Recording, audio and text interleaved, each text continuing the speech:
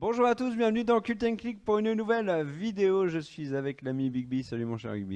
Salut Luc Sharker, ça va? Ouais, très bien.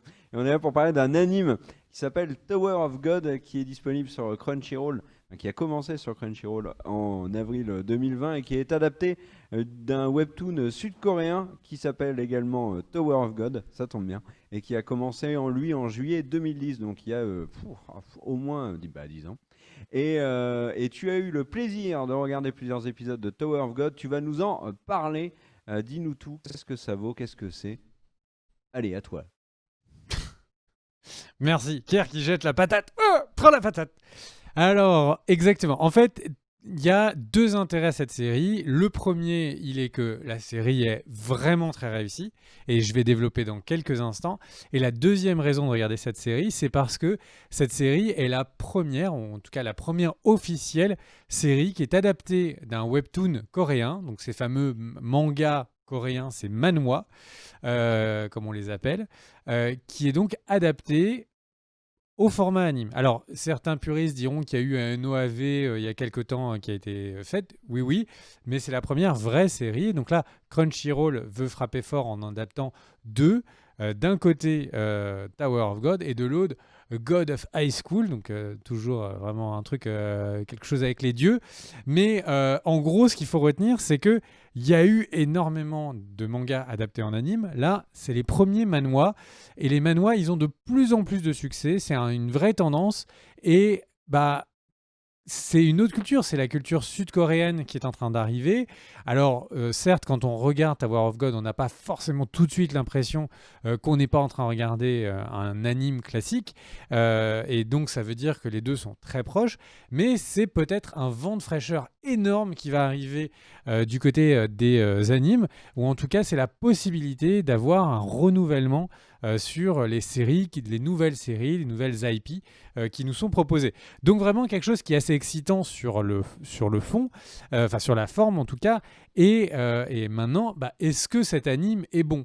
Et c'est un gros pari, c'est une des premières productions que commande Crunchyroll. Donc Crunchyroll, pour rappeler, c'est un peu le Netflix des animes. Alors nous en France, on est assez bien fournis. On a Crunchyroll, on a ADN et on a Wakanim. Et évidemment, beaucoup de gens continuent de regarder ou regardent des animes sur évidemment Netflix, mais Amazon Prime Now, qui a eu l'excellent Viking il y a peu de temps. Et donc, en fait, les animes qui sont très, très, très, très éparpillés, beaucoup plus que la proposition en film, eh bien, Crunchyroll, qui a un mastodonte au niveau international, eh bien, là, met vraiment le budget pour produire sa série à elle, son... Game of Thrones, entre guillemets, dans le sens où c'est comme HBO veut produire ses séries pour amener des abonnés, eh bien Crunchyroll fait la même chose. Et succès, Paris réussit vraiment une série à succès. Alors, je ne connaissais pas du tout le manhwa en découvrant cette série. Je l'ai juste vu qu'elle remontait un petit peu dans les sujets un peu discutés. Ça m'a donné envie de la découvrir. De quoi parle Tower of God? Tower of God, c'est l'histoire de Bam, un personnage qui a un petit brin, qui a des pouvoirs cachés dont on ne connaît pas encore les contours, et qui est complètement amnésique. Évidemment, on est sur le cliché des héros de certains animes, ou en tout cas des personnages de jeux vidéo des années 90. Salut à toi, Cloud. Ah, ah, Oui. mais attends, je te coupe là parce que Bam est très connu et il a beaucoup de talent et notamment il a gagné le Skills Challenge au dernier All-Star Game. On parle bien de Bam Adebayo, le pivot des Heat. C'est lui, non? Pierre m'a dit j'ai une grosse vanne sur le nom du personnage de Bam. Je pense que C'est une je vanne pense que que c'était les bien. Et puristes de donc au NBA peuvent final, comprendre. l'histoire de Bam, eh bien, ce Bam qui est perdu dans des grottes souterraines, enfoui quelque part, se fait récupérer par Rachel. Rachel qui, du coup, va s'occuper de lui et un petit peu un personnage à la fois maternel et à la fois potentiellement son amoureuse.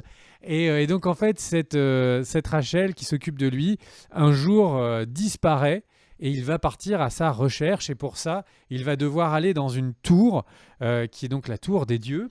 Et c'est une tour dont on sait, je crois, qu'il y a 135 étages. Chaque étage fait la taille du continent américain.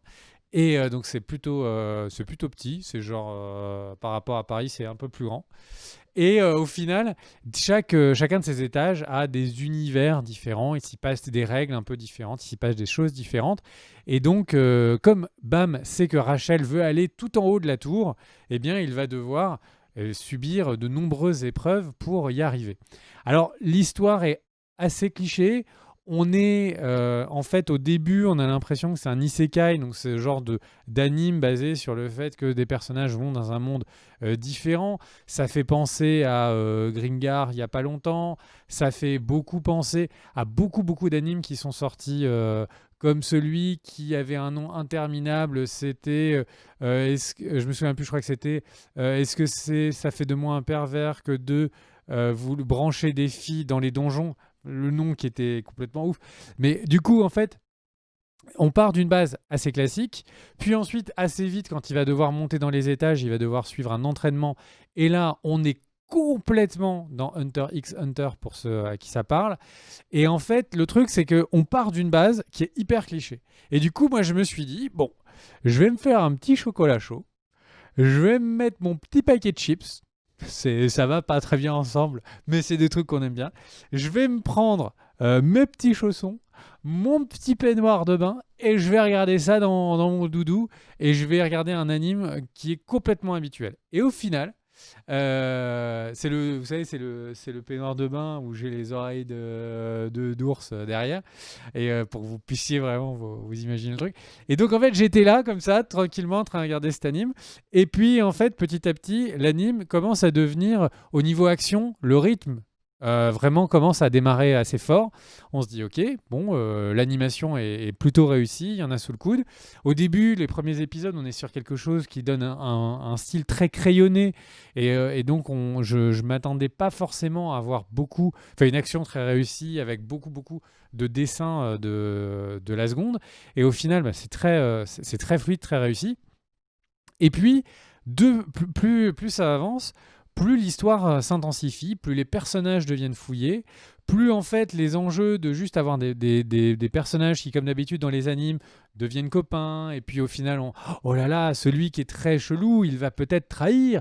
Et en fait, tous ces clichés qu'on voit venir très loin, enfin de très loin, et bien là, en fait, la série sait nous prendre vraiment par surprise, et surtout, alors c'est pas Game of Thrones, mais surtout elle sait tuer comme ça au milieu d'une phrase un personnage qui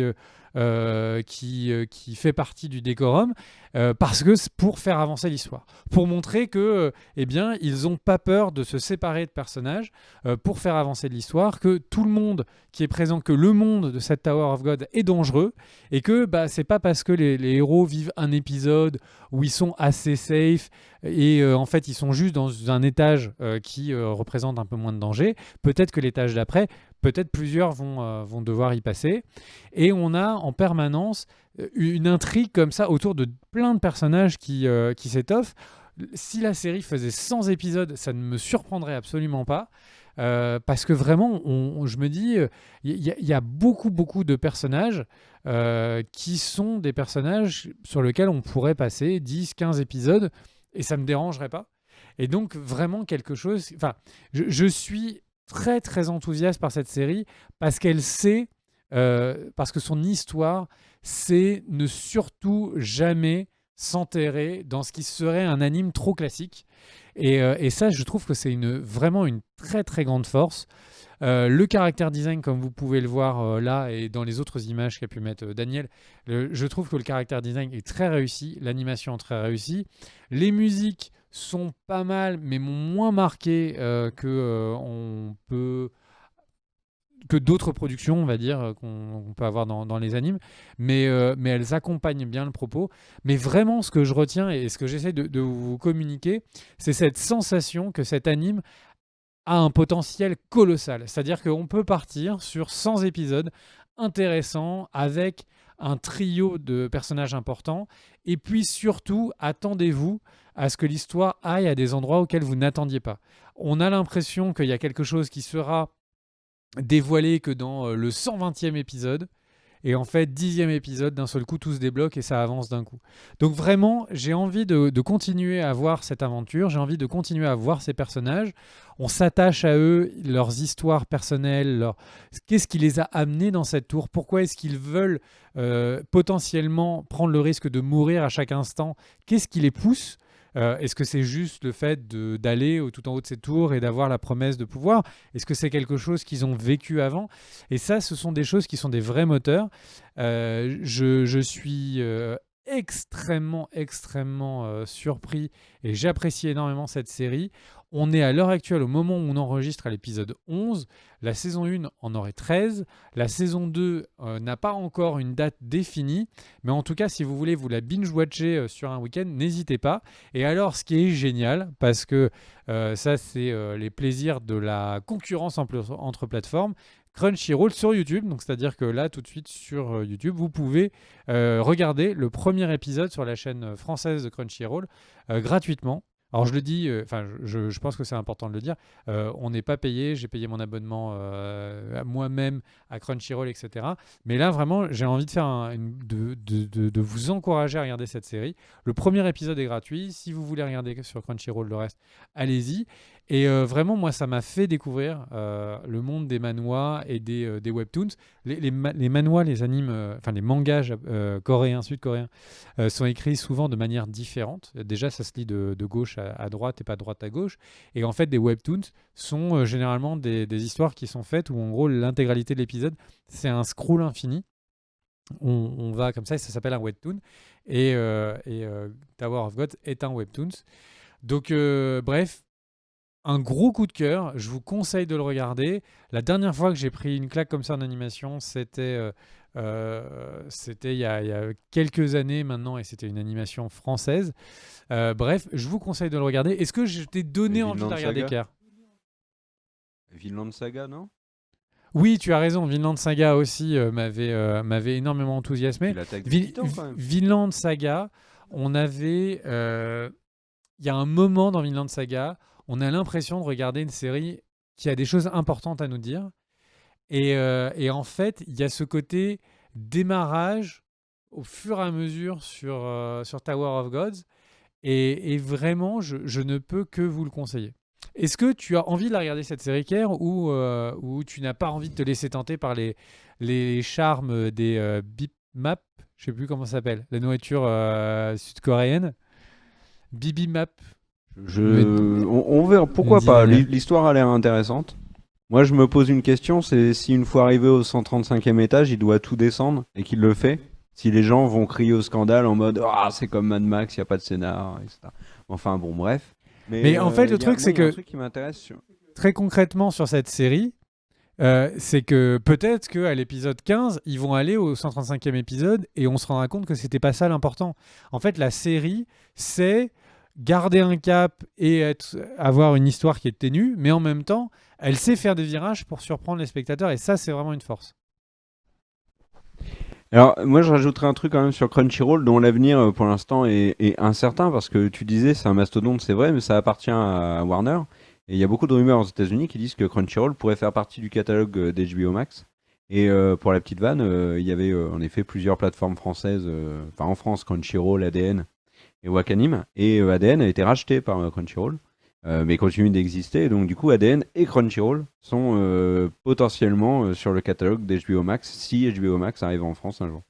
Donc, voilà, l'avenir des plateformes de streaming anime manga est aussi, pour l'instant, à écrire en pointillé, puisque c'est un peu comme les plateformes globalement. On ne sait pas trop où ça va. Voilà. Ouais. HBO Max, ça va être l'abonnement pour tous les liés, tu sais, c'était l'abonnement. C'est l'abonnement pour... Quoi, tu es une plateforme indépendante? Viens par là, viens, mon anneau unique te scellera aussi.